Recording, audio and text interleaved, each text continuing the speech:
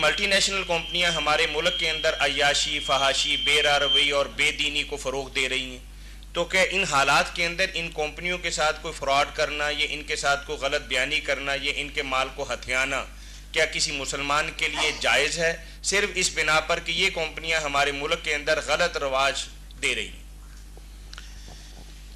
یہ تو بھائی برائی کا مقابلہ برائی سے کرنے والی بات ہوگی کہ ایک طرف وہ بدماشی پھیلا رہے ہیں، برے کام کر رہے ہیں ایک پاس، دوسری طرف آپ نے ڈاکے شروع کر دیے اور ان کے مال لوٹنے شروع کر دیے۔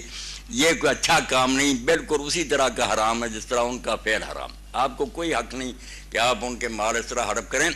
مال غنیمت صرف مسلمانوں کے لیے حلال ہے کہ باقاعدہ اعلان جنگ ہو، مسلمان لشکر دشمن سے کوئی چیز جو ہے نا مال منقولہ وہ حاصل کریں، وہ حلال ہے۔ زبردستی لینا، یہ دھوکے سے، فریب سے، جھوٹ بول کر نہیں، یہ ساری غلط باتیں ہیں، اسلام ان کی اجازت نہیں دیتا۔ اس طرح تو آپ اپنا دین برباد کر لیں گے، جھوٹے بن جائیں گے، فریبی بن جائیں گے، ان کو نقصان پہنچاتے اپنا کردار آپ نے برباد کر لیا، یہ کوئی حق نہیں۔